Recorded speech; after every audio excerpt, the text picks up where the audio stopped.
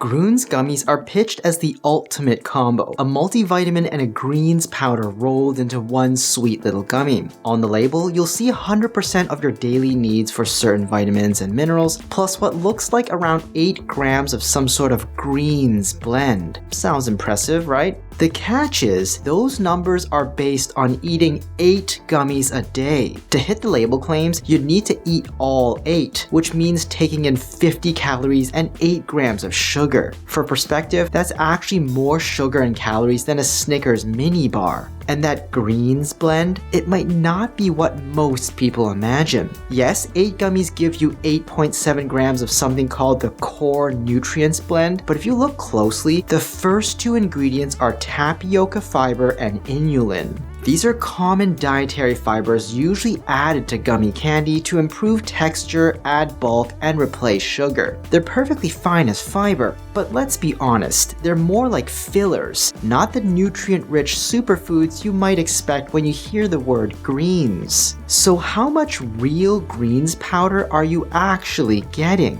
Not much at all. Out of those 8.7 grams, about 6 grams are just fiber from tapioca and inulin. That leaves only about 2.7 grams of true greens powder, roughly 0.3 grams per gummy. Compare that to most greens powders, which deliver 5 to 10 grams of actual greens per scoop with no added sugar. To get the same amount from Grüns, you'd need to eat anywhere from 16 to 32 gummies every single day. By the way, I review a lot of supplements here, so subscribe and hit the bell to stay updated, and support me on Ko-fi if you enjoy the content. Grüns also claims their gummies are clinically tested, but if you dig into the details, the so-called studies don't mean much. One of them simply shows that taking folate or vitamin C increases folate or vitamin C levels in your blood. Well, of course it does. That's true for any supplement. The other study where people reported benefits was just a customer survey of those who bought the product. It's not a clinical trial, it's marketing dressed up as science. What I've pointed out with Grüns is just one example of a bigger issue with gummy supplements. Gummies taste good, but that's really their only advantage. There's only so much you can realistically cram into a gummy.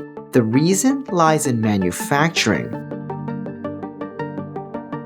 At first glance, gummy supplements seem like a fun, easy way to get your nutrients. They taste good, they're easy to chew, and they feel less like medicine and more like candy. But when you look closer, the downsides become pretty clear. From a technical standpoint, gummies are actually one of the worst ways to deliver supplements. Making gummies is a surprisingly complicated process. To get that chewy texture, manufacturers use ingredients like pectin or gelatin, which must be melted, poured into molds, and allowed to set into their final form. This process requires very specific levels of heat and acidity. Too little heat and the gummy won't dissolve properly. The wrong acidity and it won't firm up. The problem? Many vitamins and nutrients are sensitive to both heat and acidity. Exposing them to too much heat or acidity can cause them to degrade, or even be completely destroyed before the gummy ever reaches the bottle. To work around this, some manufacturers take a shortcut. Instead of mixing nutrients into the gummy, they spray vitamins and other active ingredients onto the surface after the gummy is made.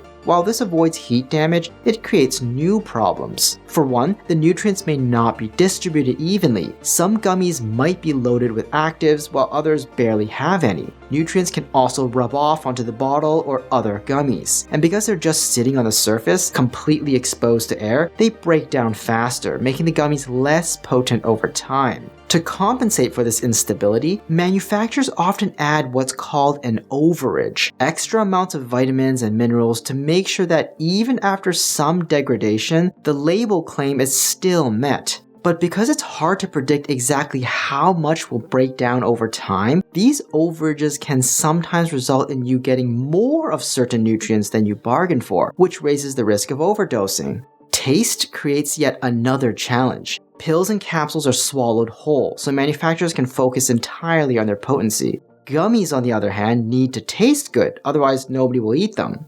Unfortunately, many nutrients taste awful, and the higher the dosage, the harder they are to hide. This means that the dose often has to be scaled back so the flavor is tolerable, which can leave you with an underpowered supplement that's more candy than nutrient delivery system. This is the central problem with gummies. Manufacturers have to choose between making them taste good or making them nutritionally robust, and taste almost always wins. Most consumers judge gummies on flavor, texture, and appearance, not the precision of their nutrient content. The result? You end up with a gummy that might look and taste great, but provides far less than what you'd get from a pill or capsule. Some nutrients work better in gummies than others. Water-soluble vitamins like vitamin C, some B vitamins, and acidic ingredients like apple cider vinegar tend to hold up better. Even then, there's a practical limit to how much can be packed into a single gummy. Gummy probiotics are an even trickier case. Traditional probiotics are made by growing beneficial bacteria, freeze-drying them, and sealing them in moisture-free capsules so they stay alive until you take them.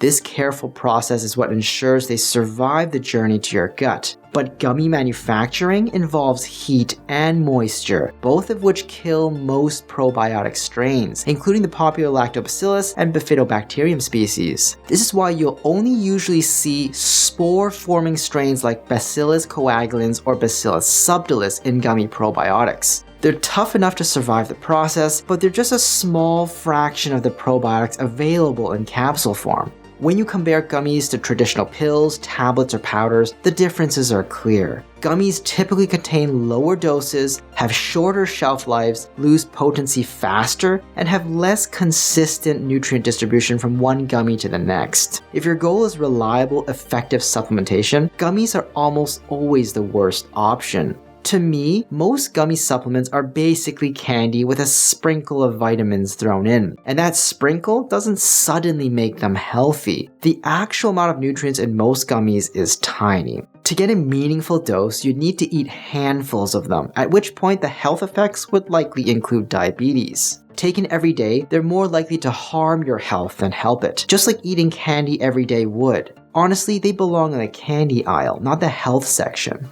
So why are they so popular? A big reason is what some people call pill fatigue. People get tired of swallowing handfuls of pills every day, so gummies feel like a welcome break, a little treat with some nutrients thrown in. And that's fine as long as you know what you're getting. Gummies can be a fun, occasional way to get small amounts of certain vitamins, but they shouldn't replace well-formulated pills or capsules. In fact, if you find yourself needing so many supplements that gummy supplements feel like the only way to keep up, it might be time to take a step back and ask yourself whether you're taking too many supplements in the first place.